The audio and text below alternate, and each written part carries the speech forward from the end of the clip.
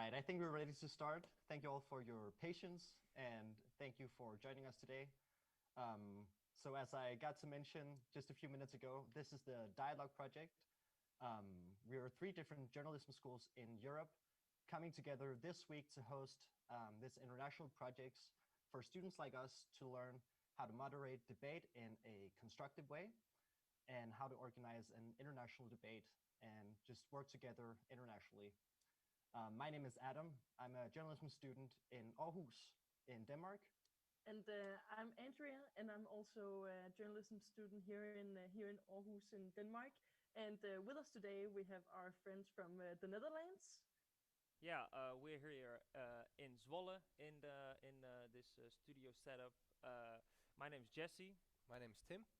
And yeah, so we work together the last 3 days, actually this week, with these 3 schools, also from Stuttgart, and we will be talking in this meeting about the distrust in the media, that subject. We want to have a dialogue with you because, yeah, a lot of people have distrust in the media.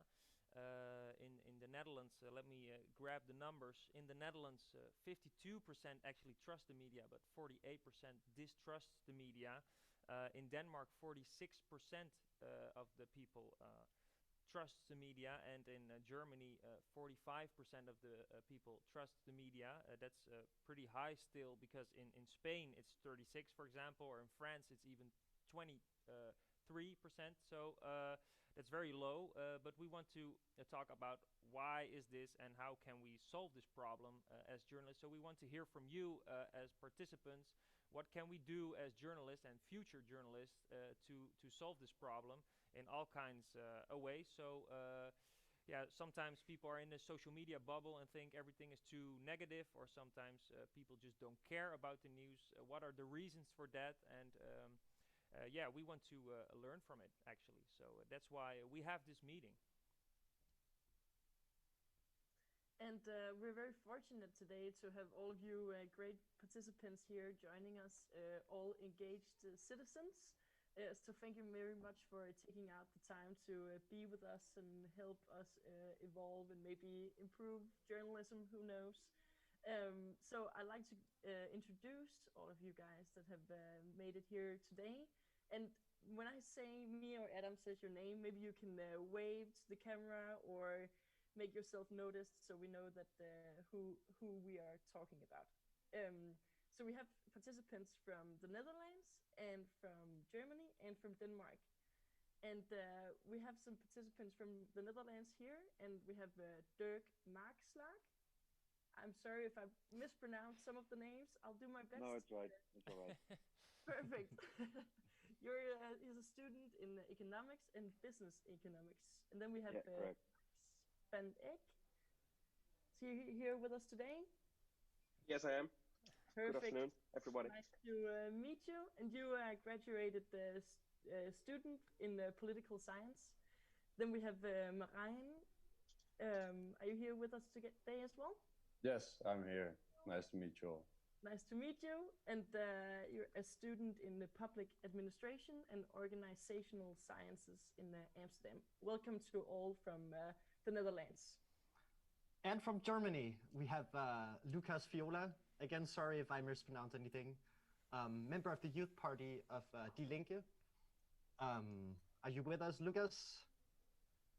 Great to see you. Hello, welcome. Thank you for the invitation. Yeah, thanks for joining. Also from Germany, we have Chris Müller, a journalist for a radio station and also a student. Are you with us, Chris? Yeah, I'm here. Great to see you. And from the last country, Denmark, I think I'll be able to pronounce these names correctly. Jonas Koverø, are you here with us today? Working part-time in IT, and then also your own business. Welcome to you. Then we have Simon Grund. You're here with us? Yeah, hi everybody. Hi, nice to see you. And you are a student in molecular medicine. Welcome to you as well. Then we have Alexander Küster. Hello. Hello. And you're on the board of a local politician party here in Aarhus. Welcome to you as well. Then we have Frederik Høyer studying finance economy. Yes. Yeah, Hi. nice to meet you too. Then we have representing the women, Henriette Dørsing.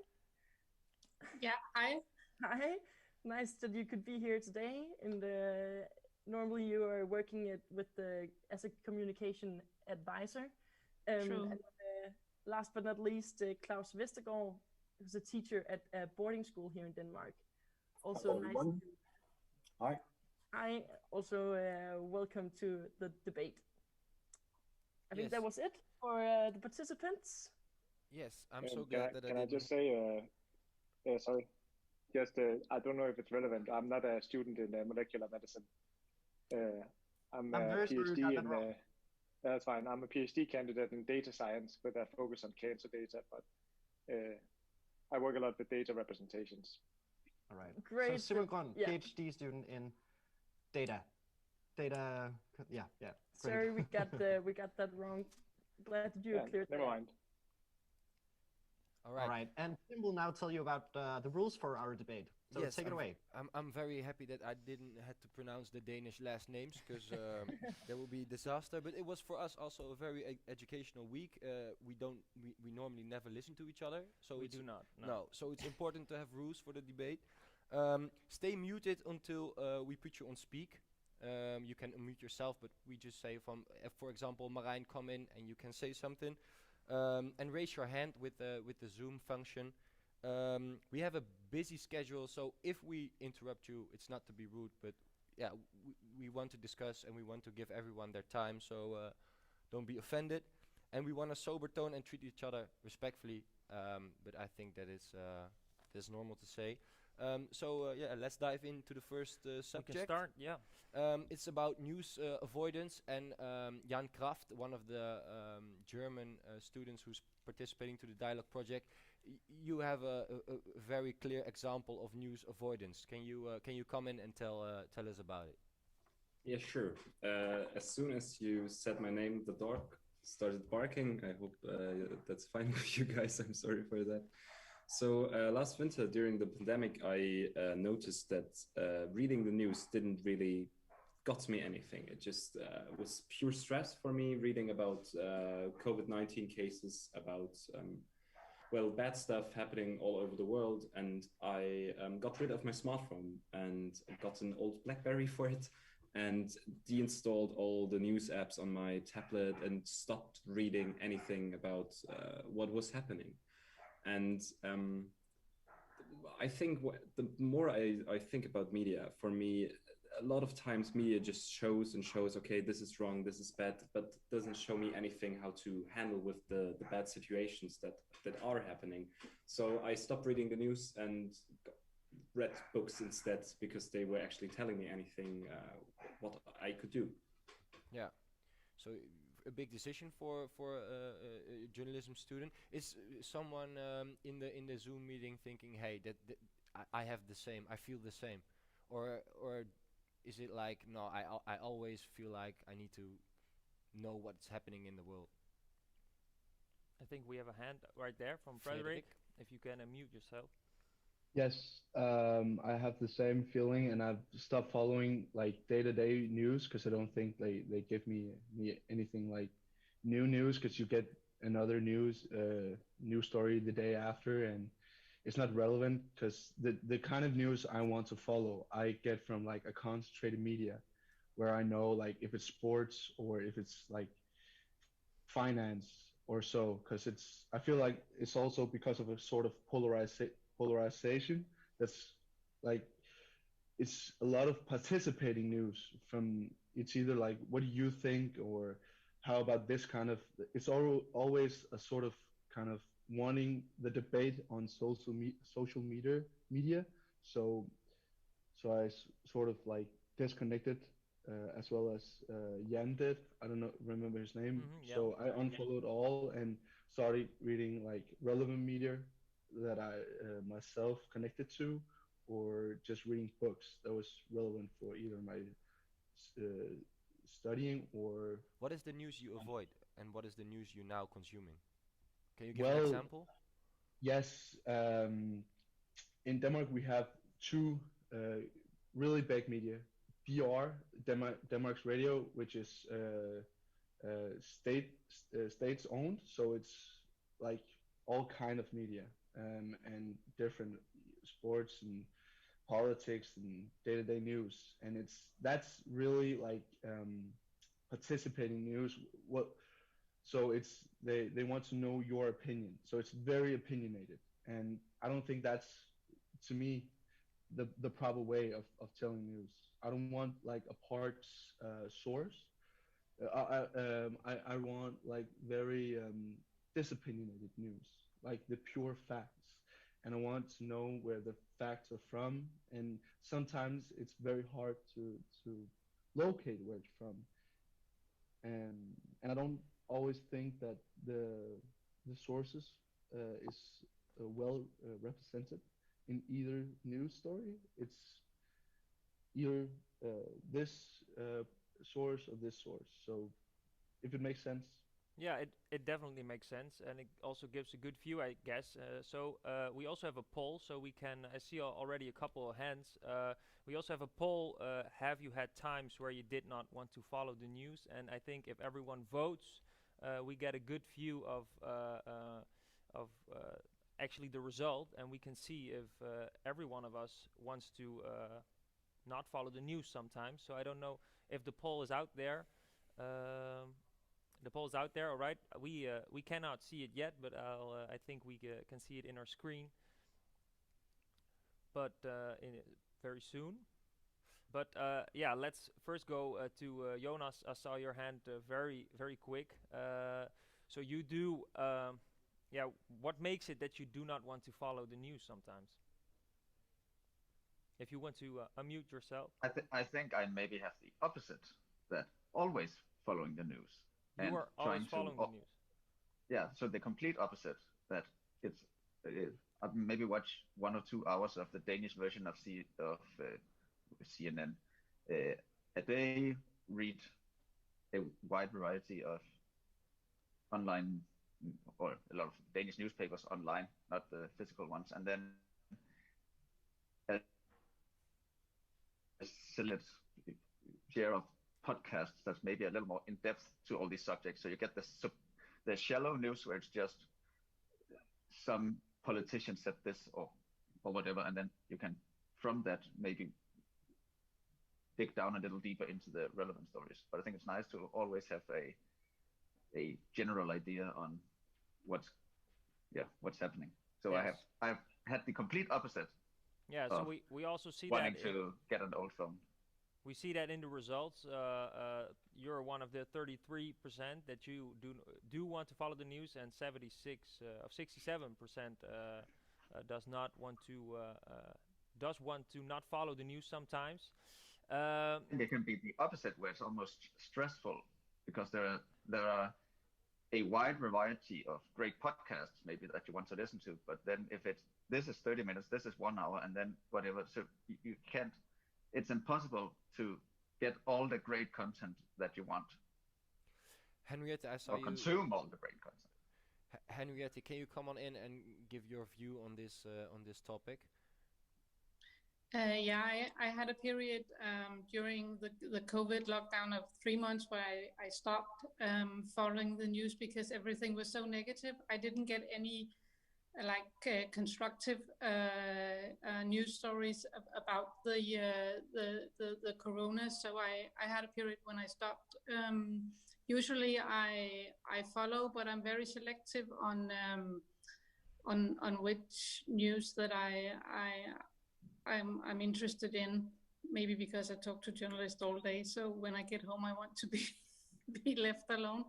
But I think one of the problems is that there is this race between the medias of being the one that breaks the stories, that everybody is like racing and running in the same direction. So in my view, often I miss some more perspective in the news stories, and that's what I prioritize. So I use a weekly newspaper because they have longer articles, more perspective in them. So yeah. So you think we should stop actually with breaking the news and be the first one, and you think that's not necessary for us to do? You think as journalists? I think that if one of your competitors already has broken a story with a headline and like two lines underneath, then you should concentrate on being the media that can elaborate or give me something more or some other things, instead of just telling me the same that the other one also is telling me, because your editor is saying that, this media has already broken the story. You have to tell the same. Tell me something else. Make me enlighten me. Make me wiser. Instead of only focusing on being the first one to break the story. Yeah. Okay, Alexander, I saw your hand raised. Do you want to react on what Henriette told us?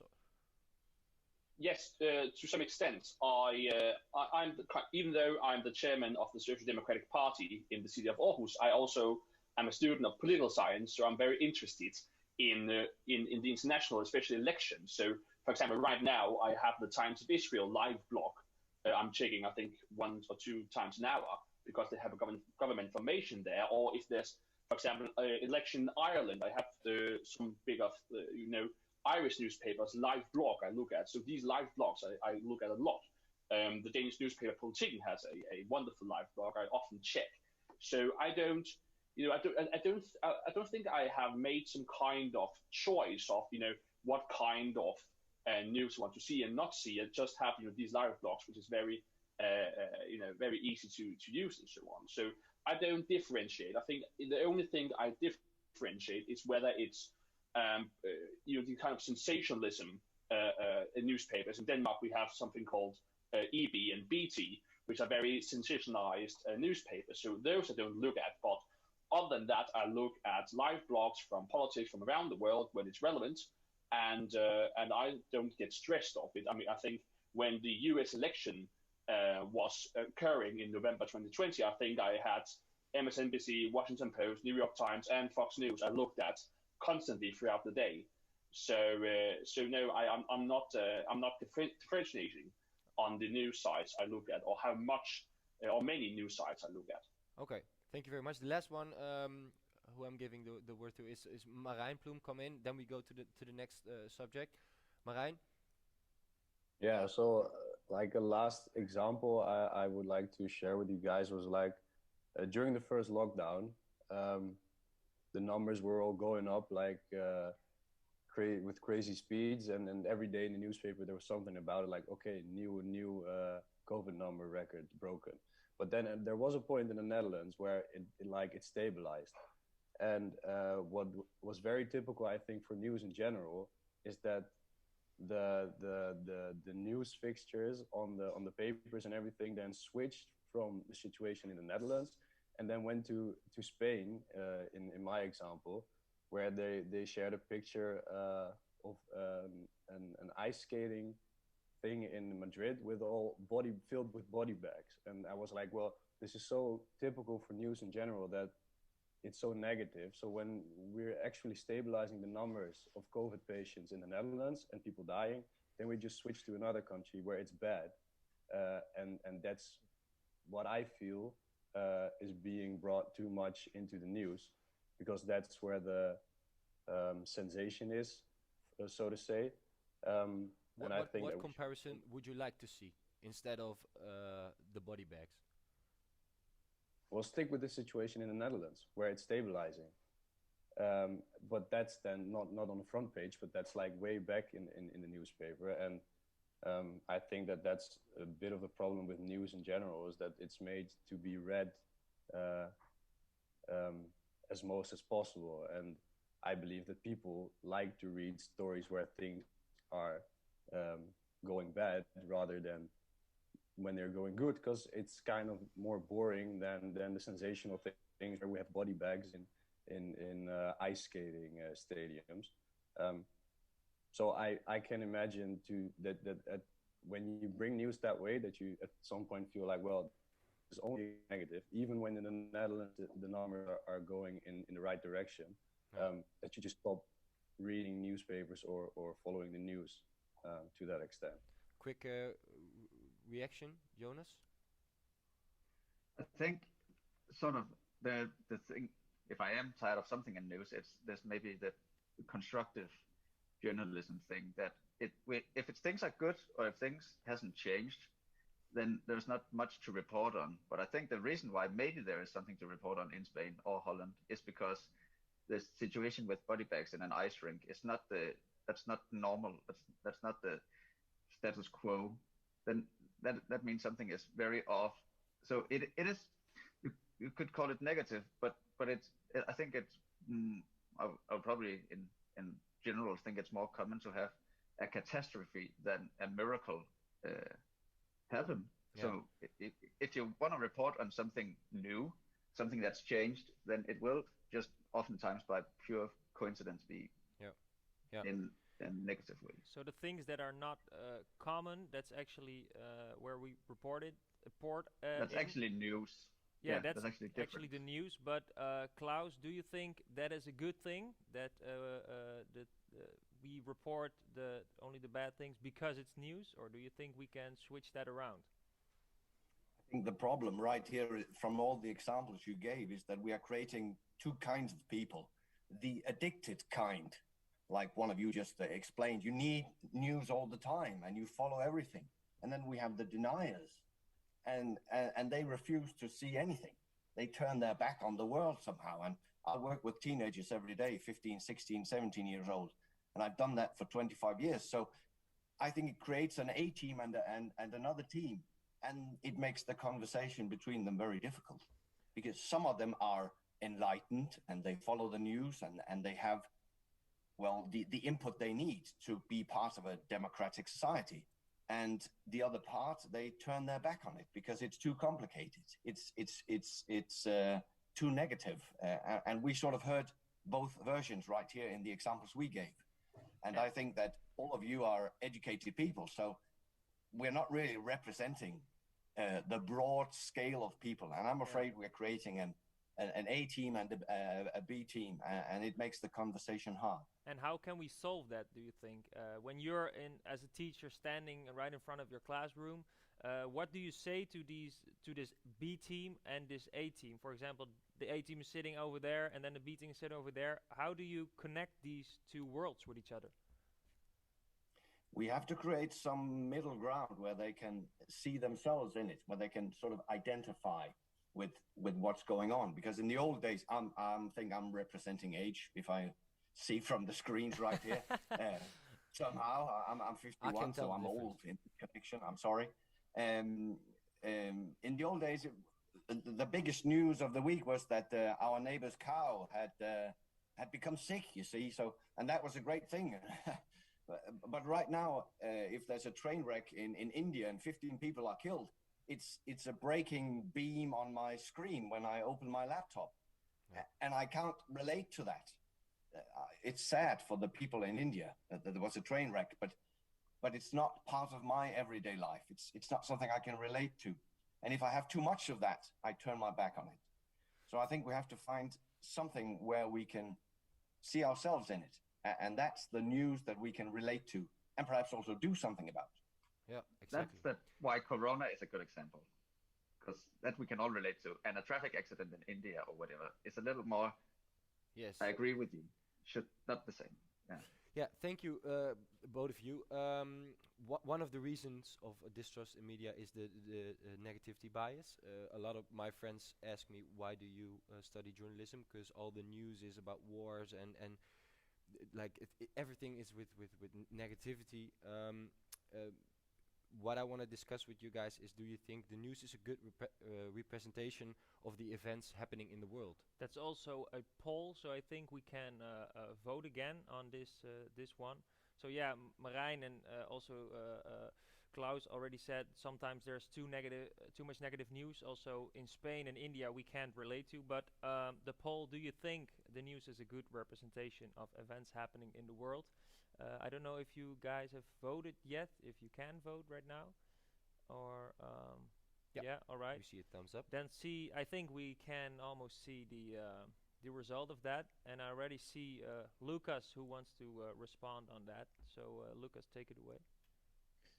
Well, yeah, maybe as you know, I'm here as a part of the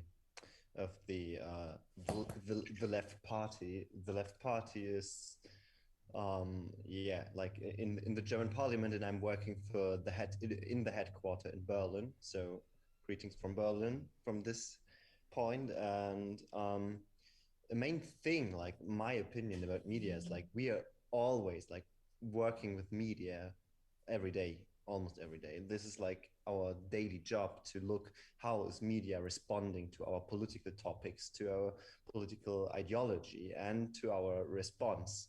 And I mean, this is like a quite short thing. And this is why the question you ask about are the media or are news a good representation of events happening in the world? Obviously not. Because I think, as I know, in our work is basically to look which events are currently discussed. Like, for example, when we have like revolutionary like happenings in Myanmar or in other in other countries in the whole world, like it's our job as German politicians to give our German media like our view about this whole topic, and to like, I don't know, to talk about solidarity and about like brothers and sisterhood, and about how the left wing in the world should be work together as a solidary group. So basically, I think news are mainly driven by like you have like these main events like revolutionary things or like catastrophes, mainly nature driven catastrophes, and then you have politics, for example, who are like responding to that. And this is mainly how politics today are, what it works. We are responding to what the media, what you guys, like you are the journalists here, what you are talking about. And we have to look when you are like ruling the whole debate in the world, you know, and we have to respond. And it's kind of crazy. We have like one of my chiefs writes every morning a mail which topics could be interesting for this day. So, and then if we see something, we have to respond to that, not only in social media, but in social media as well. Yeah, and this is like maybe the politician thing behind that. And I'm quite annoyed about that, because that's why we are losing elections, because we are only responding to news.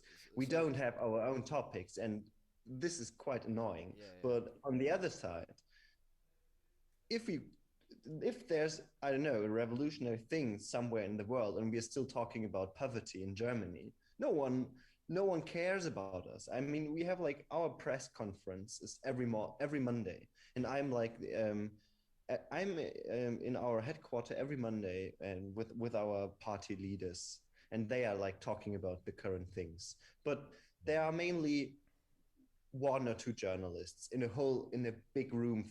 There could be like hundreds of journalists, but no one cares about our topics, except we lost an election. That's why we have this debate, Lucas. That's exactly why we have this debate. Alexander, did you vote yes or no? I voted yes, but I would say it comes with some clarification, because I would actually agree with Lucas, although I'm on the SPD side of things as a social democrat. And as a social democrat in Denmark, I would say that, as I said before, the sensationalism is the most harrowing thing of being a chairman. I'm chairman of Just Social Democratic Party in Aarhus City, and journalists continuously want to rid up divisions inside the party. Of course they want to, because it's more exciting to write about. and they want to write about how the Social Democratic Party members in some area or some island in the country diverge from the main party position on, for example, immigration policy, which we talk about a lot in Denmark, and most recently about immigration policy on children from Syria, whether they should be in Syria or come home. And I'm getting absolutely flabbergasted at how media wants to make divisions rather than talking about the substance of the problem and the substance of the policy. So I agree totally with Lucas that we are interacting with what the media want us to talk about, not the other way around. And they want to make headlines and make big articles about divisions, about a discussion inside the party rather than the policy. So I think that is the most infuriating part of being a political operator, which is I am, and being a political operator of the governing party in Denmark, because I think the press is more interested in the divisions rather than the political discussion. Yeah, so Simon, I think you raised your hand. You're not involved in politics. How do you see this? Yeah, that's true. Well, I saw your question. I couldn't help but think that there are a few underlying assumptions in the question that I think are just fundamentally wrong. Namely, you ask if news is a good representation of events happening across the world. And I think that question assumes that either news should be a fair representation or the assumption that news aim to be that. And I think both are wrong. The reason What is your interpretation then? Well, that news can't practically be that. I mean, they have to limit themselves, obviously. So they can't be that. And also, I don't think they would ever aim for that because it just doesn't align with any practical business model. So I think at the end of the day, we have to accept the business model of most news outlets. It's to some extent defined not by the good heart and good intention of the journalists, but by the financial wheels underlying the news outlet. And at the end of the day, that would make it absolutely impossible to have a fair representation of what's happening around the world. And so I think anyone should probably either say I don't know or no to this answer. So Marijn, do you agree with Simon, or do you think the news media is now playing a good role in representation of the events happening in the world? Well, it's kind of more or less exactly the point that I was trying to make. Like, it's of course impossible to have a good representation of all the events in the world because there are simply too many things going on to put in one newspaper, so to say. But what the media can succeed in, I'd say, would be to shine some light on the events happening that are relevant for the people who read it. So in that way, I would say that it's impossible to have a good representation of things happening all over the world. But yeah, it can be if it's relevant for the people reading newspaper or relevant for events happening to them, or that they have an interest in, so to say. So I agree very much with Simon. Max, we haven't heard from you yet. Do you want to respond on this topic? Maybe you're politically involved as well, I assume? Yes, but I filled in as my answer at the poll. I don't know, because I find it quite a complex question. Because when you say it's a good representation of the world, that means we're talking about a lot about negativity in the news, that there's too much of it, and that means when you have to that means when you want to have a good representation, you also needs to shed light on the good in the world, and that's, I think, a very difficult thing to achieve. I think that the news as we have it today, the scope of the news is too big. That's why we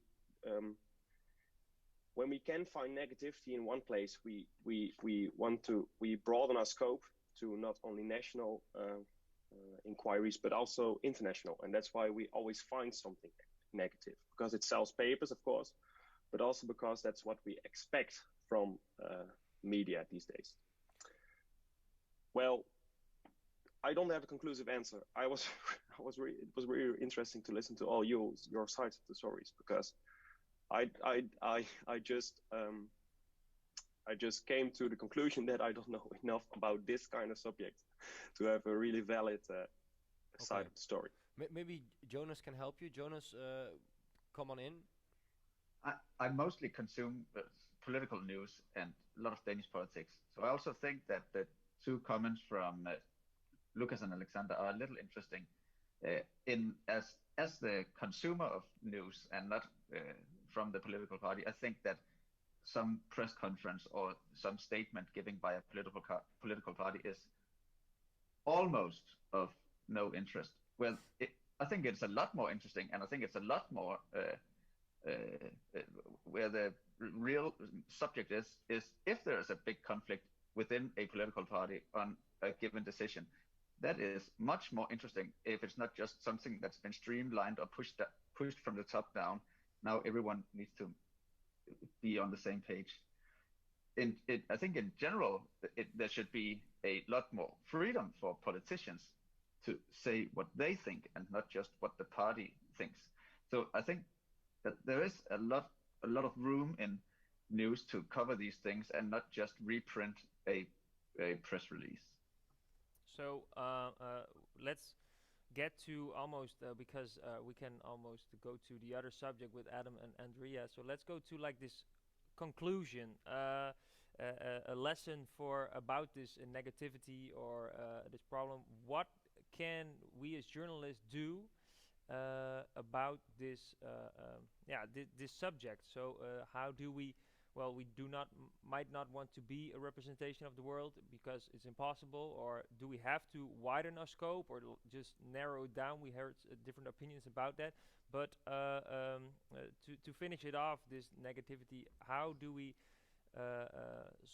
solve this problem? We will never solve it, of course. And exactly, how do you guys see the role of a journalist and news media in a society?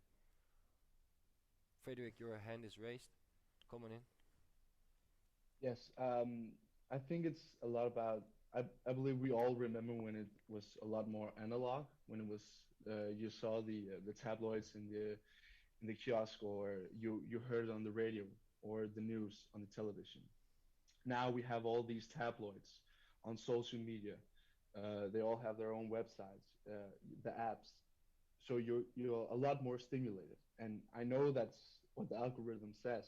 That's what we want, but I think that it's hard to turn it off, and that's partly the reason why we can't, because we're getting all these stimulations, and I want the political news, I want the sport news, I want the financial news, I want it all, but all we can't get around. There is all of this negativity, and I believe, because I'm interested in SEO, like the online analytics as well, but that's what gets us going. That's what gets the debate going, is the negative news, because we are all interested in that, and that's what integrates us on social media, and that's where the money is, and I think that's partly one thing that we can get around. Is a lot of these media today, they couldn't have survived without the online media. And then a conclusion, I believe, is that all of these channels like social media and news, and if a lot of these companies can come together and create a fewer channels with great perspectives and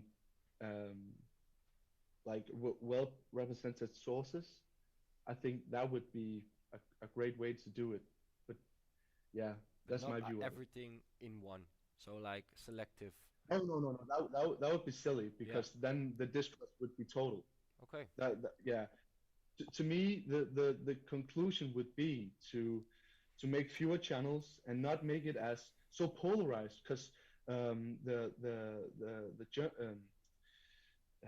tabloids want the discussion. Yeah. Of course they want, because then you get the reaction and the interaction, which gets you the views and the comments and the likes and the money. And I think that's the wrong thing to do. and in some way or how to, I don't know what or how to do it, but I think the conclusion is somewhere inside that. Thank you very much. I've learned something. Yeah, and I think also we can connect this to our next subject from Adam and Andrea, because you also mentioned, Frederick, the you already mentioned social media, and they will also talk about, ask you guys what about the tone of social media. So back to Denmark. Hi guys, and thanks for the first part of the debate. I hope you guys are ready for the second part. Yeah, as Frederick just mentioned, negativity can be like a gateway to a discussion, and you see in the media that some of the news, they are filled with comments, and I think we would like to talk about the tone on social media and in some of these commentaries. Yeah, so for example, last year, there was a report that was commissioned by the Danish government, and it was published by the Danish Freedom of Expression Commission, and they were looking into the conditions of freedom of expression in Denmark. And some of their conclusions were that what's really a threat to democracy is that a lot of people, they decide to not take part of the debate because of the tone on social media. And they said actually 4 out of 10 people choose not to voice their opinion, even though they really wanted to. Yeah, and we would like to hear what you guys think, whether or not you think find the tone too harsh on in the comments on social media or not. There should be a poll coming up. Yeah. Yeah, and I think the poll is up now. Yeah. And we already have a lot of yeses coming in. Would anyone care to tell us a bit more? And we have Jonas was the first one I saw. I think it's without a doubt, no one can disagree that the tone on social media, as soon as it hits some sort of minority or something that is maybe a little bit of a corona related, and then it's all fake and you're idiots. But as soon as it hits some sort of minority, that being immigrants or homosexuals or handicapped or whatever, the tone just gets completely, it goes to shit within a second. I don't think that can be discussed. Just go to some news article and read the comments. The other thing, not the tone, but in Denmark, an annoying thing on social media that's also been brought up by media lately is that all comments on all articles, all the top comments, were always by politicians copy pasting the same thing on every article that was about immigrants, then copy pasting some right wing posting dumb social democrats want to lessen the grip, or the opposite. That's all it is, and that's also contributing to a negative tone. If all that the Danish politicians do is attack the opposing instead of ever talking about what they want to do themselves, I think that contributes to a negative tone on social media. Yeah, and it's interesting what you mentioned, Jonas, also with how the politicians, they get in the top-rated comment sections, and I know that's something that at so least they banned it. they're changing their views so that you don't see them. So it's definitely something that's a hot topic in Danish media at the moment. I think Frederik Høyer also has an input. Well, I would agree on the fact that they have too much to say on these comment sections, and I believe that it contributes to this harsh debate. And it's not even debate because it's slanders. They're telling like each other to the extent I won't even mention, because it's so harsh and it's personal. I've seen people go through other people's Facebook pages and slander their children and their families for reasons I can't even imagine. And I think that one of the possibilities would be to limit politicians, not their profiles as a whole, but the possibility to comment on these news, because I don't see how it contributes. Because if I want to listen to a certain politician, I would want to go to their page. I follow politicians I don't agree upon, but I want to see what they say, and I want to look at their views and compare them to who I agree with. But to see these, because it's not always it's not always positive the way they comment on these things. It's always negative, and it's always another slander to another politicians. So they contribute to this tone because they say a negative thing about another politician. In these, they even tag them to slander them. So they may do it in a shape of like it's well pronounced or formulated in a proper way. But then Henning or whoever, he calls someone a word. Yeah, and I think they contribute to this. Not that they shouldn't have their way of expressing themselves on their platform, but they shouldn't be able to comment on these. That's my opinion. Thank you, Alexander. Do you agree that the tone is harsh on social media, like most of the people here? Yes, I would, but there's some kind of another angle on it I would present, and that is actually, especially in Denmark, on Twitter.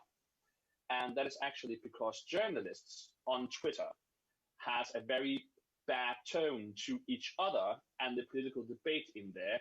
I think I've been engaged in it myself, but I think the tone in there is very arrogant and very condescending among also bigger journalists in Denmark. So it's not just on the the commentaries on news articles, especially about immigration policy, for example, which is a very toxic topic in Denmark, as it is, I would imagine, in Germany and the Netherlands.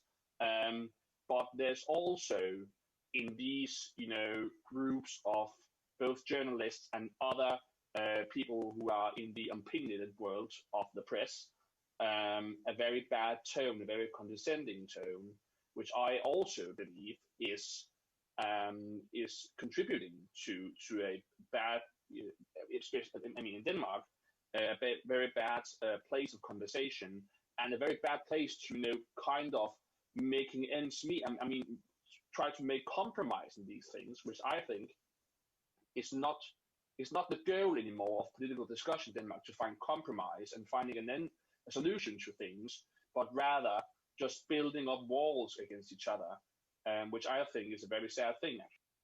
Yeah. So Alexander, you're pointing out right now that journalists might be part of the issue on Twitter, at least part of the issue with the harsh tone.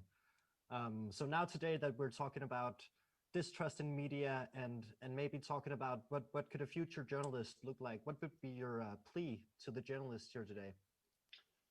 I would plead that the journalists do not actually be more neutral. I think actually that the problem in Denmark especially is that the journalists in Denmark are living in the same area. They have the same kind of experience. They have the same kind of friend group. They're in the same kind of environment, like in a bubble.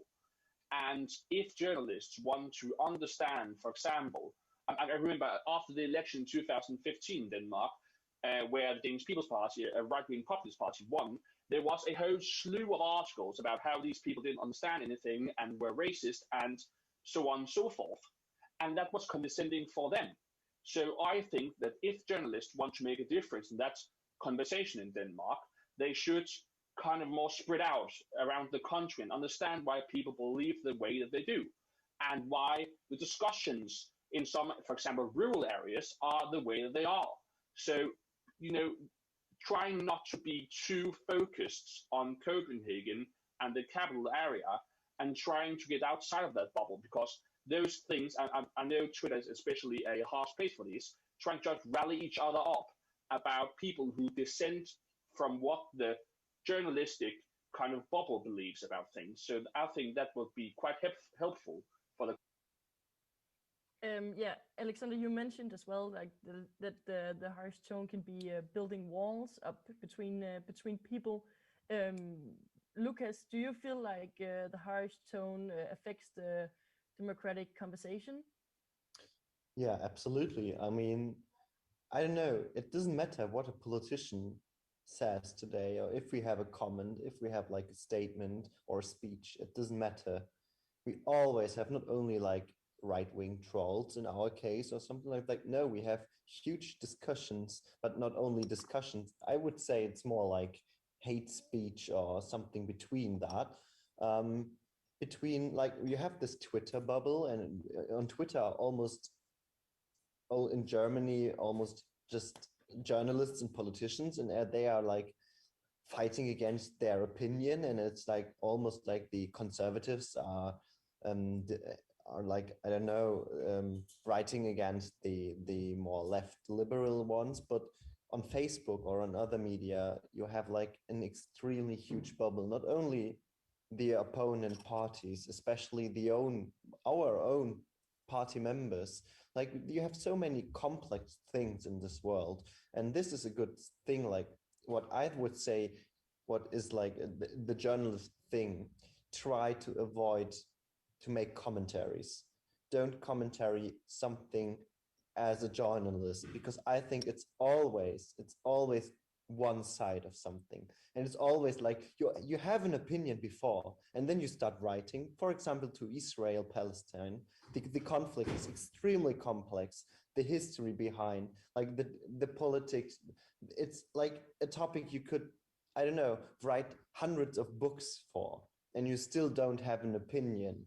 But on Facebook, or journalists love to write an opinion like uh, the Israel state is killing hundreds of people. And then you have, this is like with this headline and this opinion as a journalist commentary, or it's a product. And I would say the thing behind that is nothing more than making clicks. Like you want to have the attention on your side, you want to have like with advertising, you want to have the money. And this is the thing journalism gets critically, because this to comment things is easily, but to see the complex way of reality is, obviously there is no these reality doesn't exist maybe, but like the only thing you deserve with a commentary like that is, for example, with this Israel and Palestine conflict, that the commentaries and people who in social media are killing themselves. They are literally destroying themselves. And this is like crazy, because there's nothing else than hate. And I would say, if we could avoid to talk about commentaries and opinions, and to start to see the different things and to make clear there are different things, this would, right. And another thing is, I would say this is a Western critic. I always think Western media loves, definitely loves to see things from an extremely elite way, to look into our country, other countries. Like the Western philosophies are so important that we are always thinking or looking into other countries, but in our view. And this is something I think this is critically as well, because we are like, yeah, judging. Yeah, I'm just gonna stop you there, Lucas. You had a point about was it closing almost the commentary, like definitely changing the way we comment on news on social media. So that's actually going to be our next question. Like, who's responsible for moderating this harsh debate, or should you just let it be as it is? Is it the media, or social media, or is it the public themselves? Yeah, Simon, I think you have had your hand up. Yeah, I think it really boils down to what I was saying about the news coverage being an outlet for what's happening in the world. That if we talk about this from an ethical point of view, and you're talking now who has the responsibility, where I think it really boils down to a simple business model. And if there's any doubt about that, then you can look at the difference between LinkedIn and Facebook. They're both social medias. You don't see the hard tone on LinkedIn because they make their money on a totally different business model than Facebook does. So I think the responsibility ultimately doesn't exist. At the end of the day, it's just a consequence of someone having designed a really smart social network where they get money from you being enraged by other people being enraged. So I think the entire responsibility is a little bit off the scope, in my opinion. Do you agree, Frederik? I partly agree with Simon here, because LinkedIn isn't the place where the debate is going on, and I would agree with him that it would be great if every platform could be like LinkedIn, but it isn't so. And Facebook is here to stay. So is Twitter. So is whatever. And I wrote down that as Lucas said, that the constructive criticism or the constructive debate isn't where the clicks are, and it is a big part of it is the money, and where the money is the critical debate. And as he also said, the West patronizes every Eastern culture or Asian. Whenever there's something that is worse or not as political correct as it is here, we patronize it, and that creates clicks and debate. And that brings me to the political correctness thing. It brings me to the person or the people that I believe creates this harsh tone, which is the politicians, which is the journalists, and which is the public figures. Because these are the ones that we listen to in the media every single day. And these are the ones that we create our picture or our world of news from. And if they talk harshly, we will do too. Either if we are a good person or not, we will. It's a common known thing that you are a product of your environment. And who you listen to day, who you look up to, or who you think is a proper person to follow or acknowledge, them you will follow, and them you will not become like, but you would at least act a certain way as they do. And that's my view, that the politicians and the journalists and the public figures, they have to start this with a proper tone. Who is responsible for moderating the harsh debate, Henriette? Oh, sorry, we can't hear you. Sorry, I just, fat fingers on a small phone. I think that if you as a media have a line of commentaries on your website or on your social media, your Facebook site, then you as a media has the responsible to moderate the comments on that. I know that it has only been recent that some of the newspapers, I can't think of a better word, so killed some of the opportunities to comment on certain articles, but I actually think that it's a very big responsibility for the media, and I hope that they would take it serious. I don't think that you can just leave it up to me as a reader or anyone else. I would hope that people would think before they write or before they comment, but clearly some people don't. And I think that as the same way as you have a responsibility for the things that you print in your newspaper, then you also have a responsibility for the things that you kind of publish in the way that someone gives you a harsh comment on the social media sites or the websites. So Henriette, just to follow up, what do you think the media, if they have limited resources and they're not able to go in and comment on or reply to each comment in the comment section, should they just take the consequence and shut down the comment section, or what could medias do? I think that the medias then should be very particulate about which articles where they make the comments a possibility, instead of letting people comment on everything that you put on your website. Then make a choice saying these are the stories that we actually also want to hear the readers' comments and views about, and so select like what is the three most important stories, and then open for comments on them, and then let close on the others. That's a really interesting idea, Henriette. Thank you. Welcome. Yeah. Do you have a quick comment, like, because we're Yes, I I partly agree with her, but that's an immediate solution. That like it would just move the problem from the comment section to somewhere else, and we saw it with Donald Trump's. I know it's a very but they, instead of commenting on Facebook, because they shut down Donald Trump from Twitter and Facebook and all such of social media, they moved to 4chan and I don't remember another site where they just, and then they created QAnon. It was created before, but I just think that instead of don't conclude anything on what I just said, but I think it's an immediate solution to shut down the comment section. And I don't believe that that's the solution, because you don't stop the harsh tone from just shutting it down. You have to start to just break it all down and just try to moderate it when you create the news, and well representate the either part of a story, because then people don't feel like they're overlooked.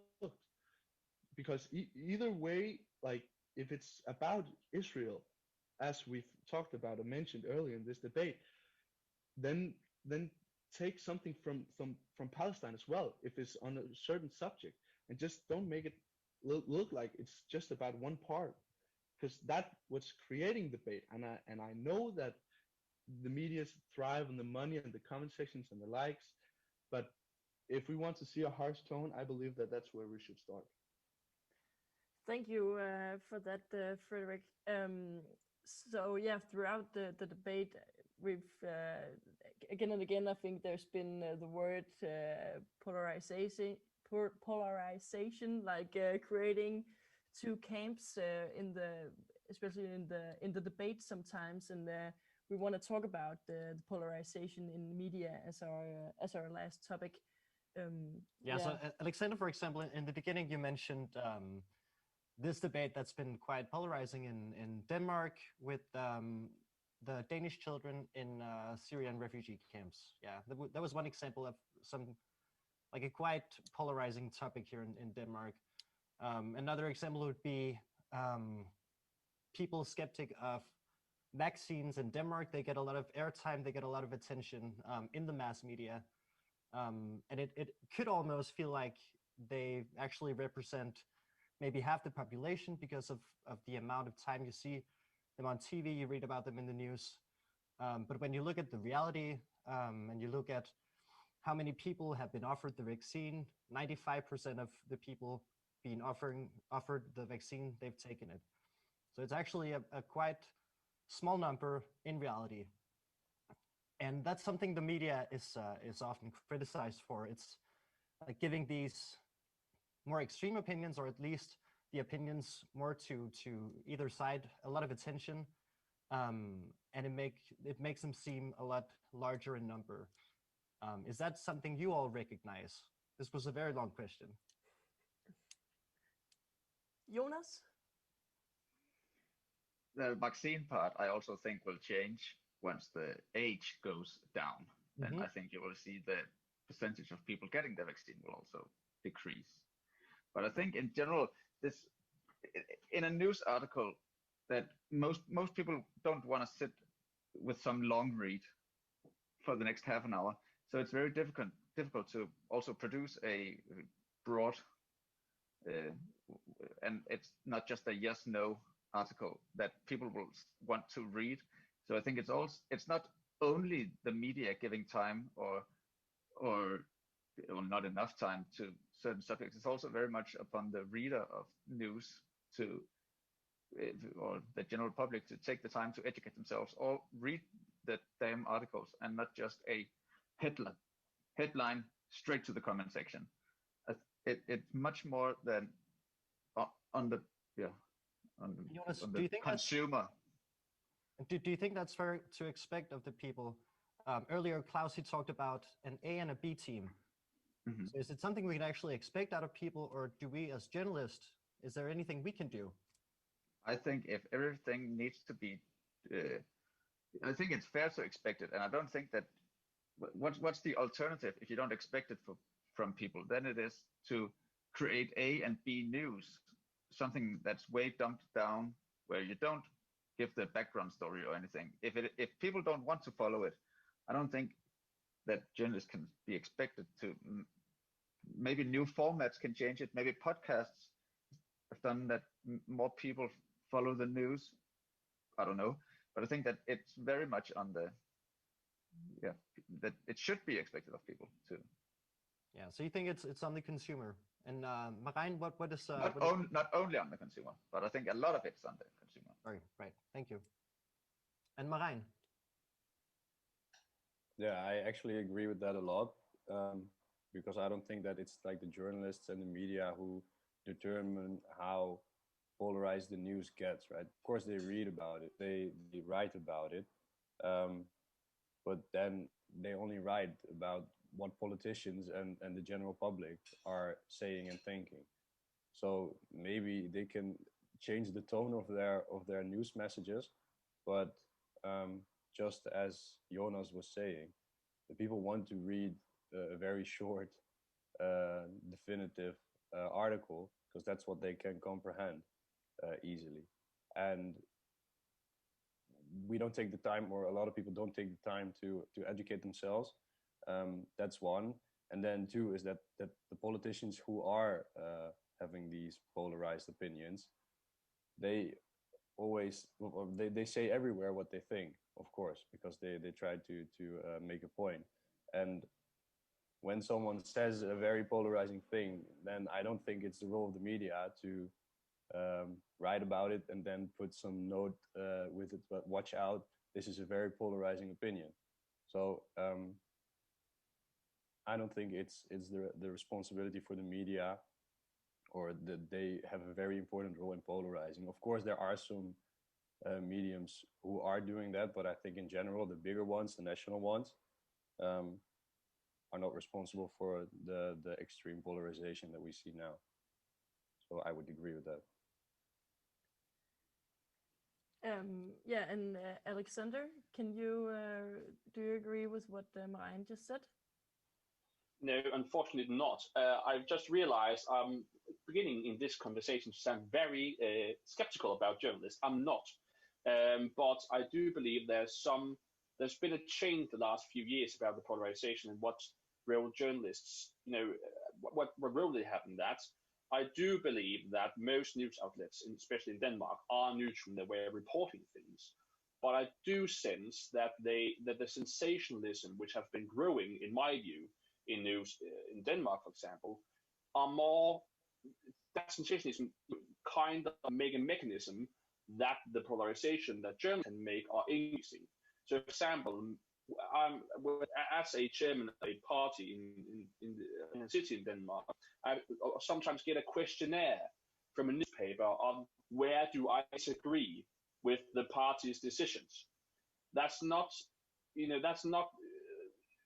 from, in my view, interesting news. That's just kind of nitpicking things and trying to get a rich in and find divisions where there aren't divisions. So I think journalism in that part are very powerful in the political conversation in Denmark.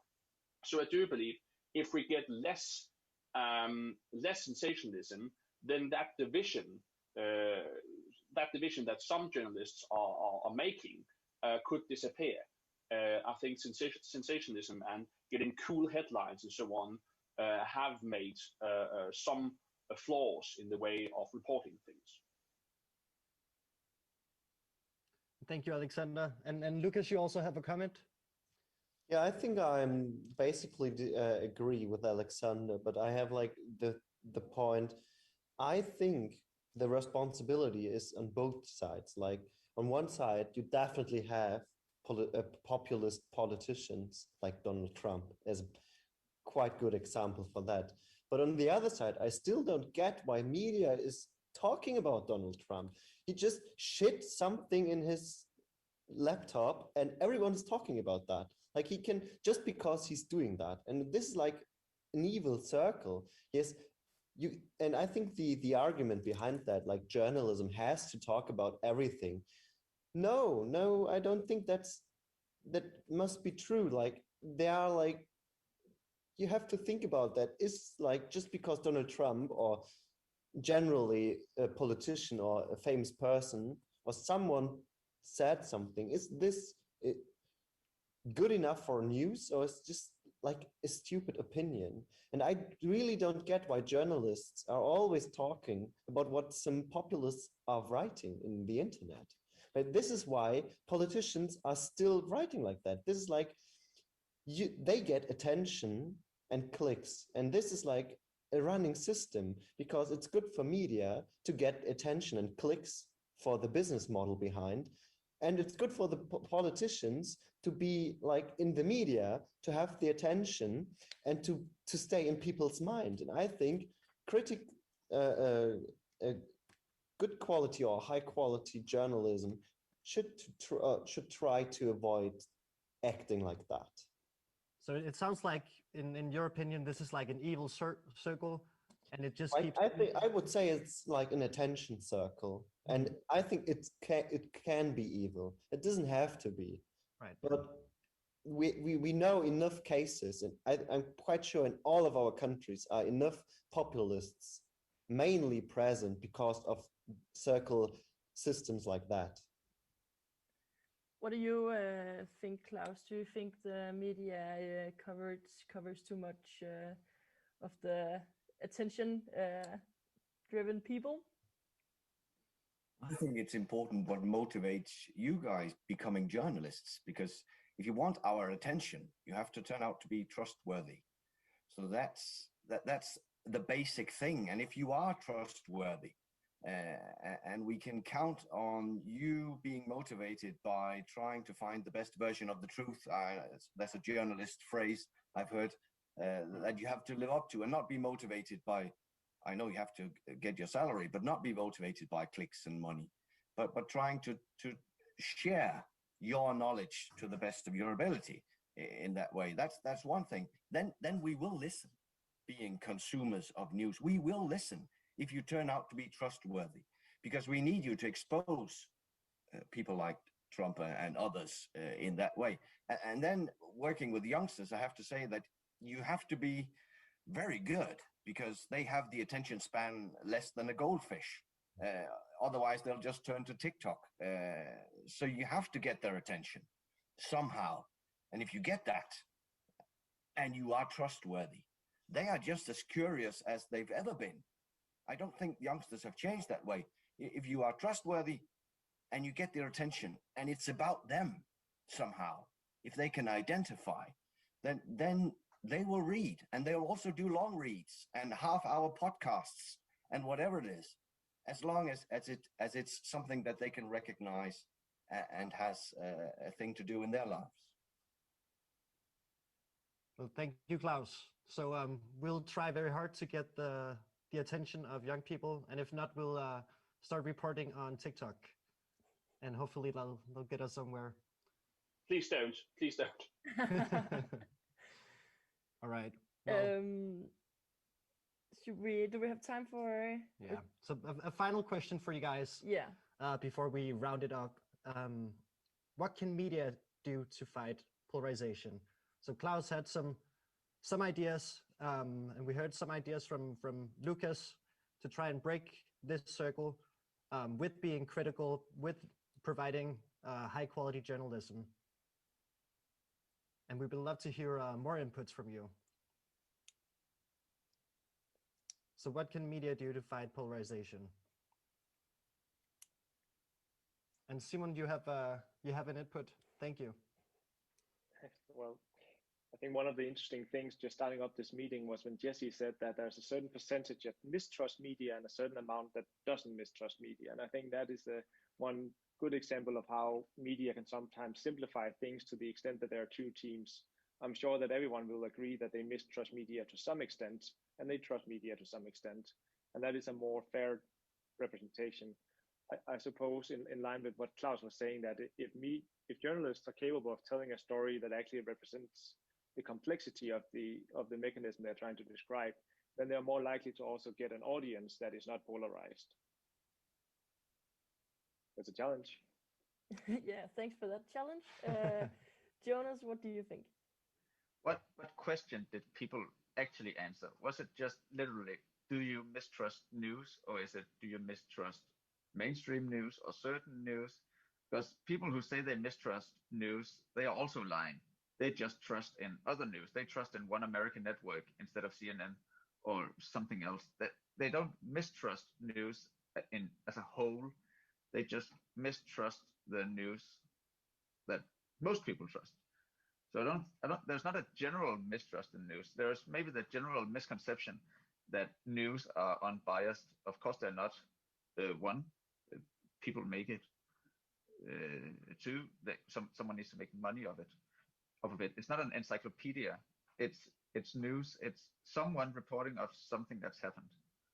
There can be more or less trustworthy news sources, probably, but it's not unbiased. And I think that is a misconception, that news is unbiased. I think, yeah, maybe that's something that could deal with mistrust, being more honest about it, saying we are not completely impartial in anything. Yeah, I think that's a great point, Jonas. And a last comment from Frederik. I would agree with both Simon and Jonas on this particular thing, but another particular thing that I would just comment on is, don't let the obvious be unsaid in these news that are posted on social media, because that's what's creating these harsh debates, because like these polarites meet, and then they create this tone in the comment section.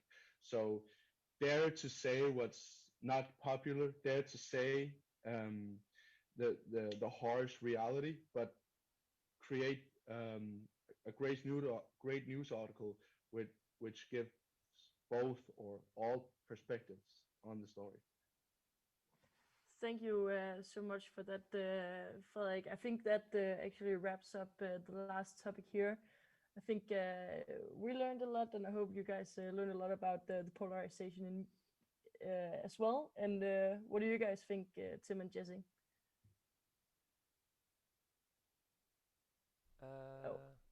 Yeah, I think we're back right now, right? We were muted as well. Yeah, I think there were a lot of opinions said from practical things like just end the comment section. But yeah, should we do that? Is that a good idea? There was already something might not be a good idea. There are a lot of yeah, we differ there in opinion as well, and that I think that's a good thing. But also things like end sensationalism and give the fuller story. Don't think in camps. I think we heard that. Yeah, and also find the middle ground in there between those camps. And also, journalism does not have to talk about everything, and that might be a good lesson for us as well. That we just choose our more important things. And I think Klaus also said a good one, be trustworthy, and then we can start as being trustworthy and then take all these points with us. But there were many opinions said, and I think we watched back the recording, so we can learn from it even more in these. Tomorrow we will reflect also with the teachers and students about this debate, and also about all your opinions that you just said. Yeah, I think it was a good debate. Everyone was very respectful to each other, and yeah, what you said, man, we learned a lot. Yeah, I want to thank everyone who was in the Zoom meeting from the Netherlands, from Denmark, and Germany. I want to thank the teachers and the students who built up this amazing TV studio. Thank you very much, and I wish you all a good evening. And one more thing, maybe. Before we end, because we learned a lot as journalists, but maybe one more question to the board. Was in this debate or in this discussion, did you guys learn from each other something? At any point did you change your perspective or gathered some information that you didn't have before? Was there anything? there's Klaus who has his hand raised. I was just impressed that you had your questions, but you didn't have an agenda. You weren't looking for certain answers, and that was a nice feeling, being interviewed by journalists, not looking for a certain answer. So it was great being part of the debate. So I would like to say thank you as well. We all learned a lot right here. So that was a good thing, being a journalist, not having an agenda, but just questions. For the compliment, that was also hopefully our goal to listen to actually the news consumers, and of course we're news consumers as well, but sometimes we write and make video a lot of things as well. So thanks for the compliment, and also thanks to all the participants for joining us today, and I hope we'll see each other in the future somewhere, and I hope you guys keep following the news, even though you sometimes want to avoid it, which we all understand. Thank you. Yeah, thank you so much.